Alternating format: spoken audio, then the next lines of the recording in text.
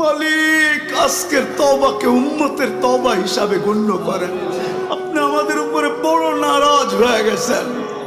নাইলে অতীত তাকাইলে দেখি মালিক একজন হাত তুলতে দেরি, একজন চিৎকার দিতে দেরি, একজন আপনাকে অনুরোধ করতে দেরি, একজন বলতে দেরি, আকাশ থেকে সাহায্য আসতে দেরি হয় নাই, আপনার বাহিনী জাপায়া পড়তে দেরি করে নাই।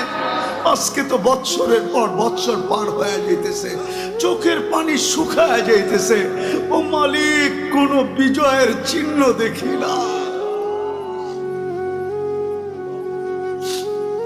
কত রোজাও তো ফিলিস্তিনওয়ালাদের ইফতার হয়তো লাশ দিয়া, সেহরি হয়তো লাশ দিয়া।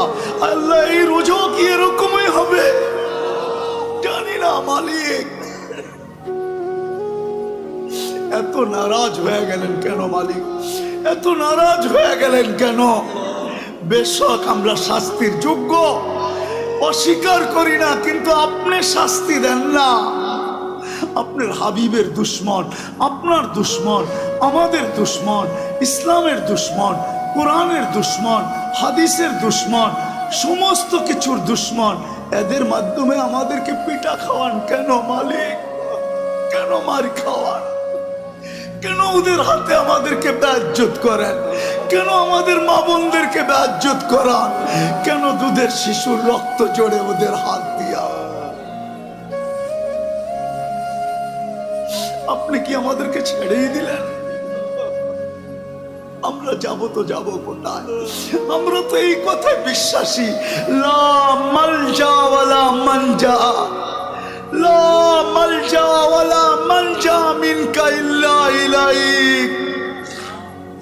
ডাইনে দেখি তো আপনাকে দেখি, বামে দেখি তো আপনাকে দেখি, সামনে দেখি তো আপনাকে দেখি, পিছে দেখি তো আপনাকে দেখি, উপরে দেখি তো আপনাকে দেখি, নিচে দেখি তো আপনাকে দেখি, নিচের দিকে তাকাই তো আপনাকে দেখি, ভিতরে তাকাই তো আপনাকে দেখি, বাহিরে তাকাই তো আপনাকে দেখি।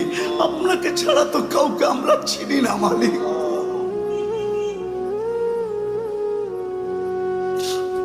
আজকে এই আলেমদের হাত খালি ফেরত দিয়েন না।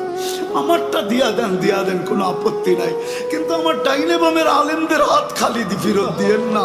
ইমাম খতিবদের হাত খালি হাতে ফেরত দিয়েন না। তুলাবাদের হাত খালি ফেরত দিয়েন না।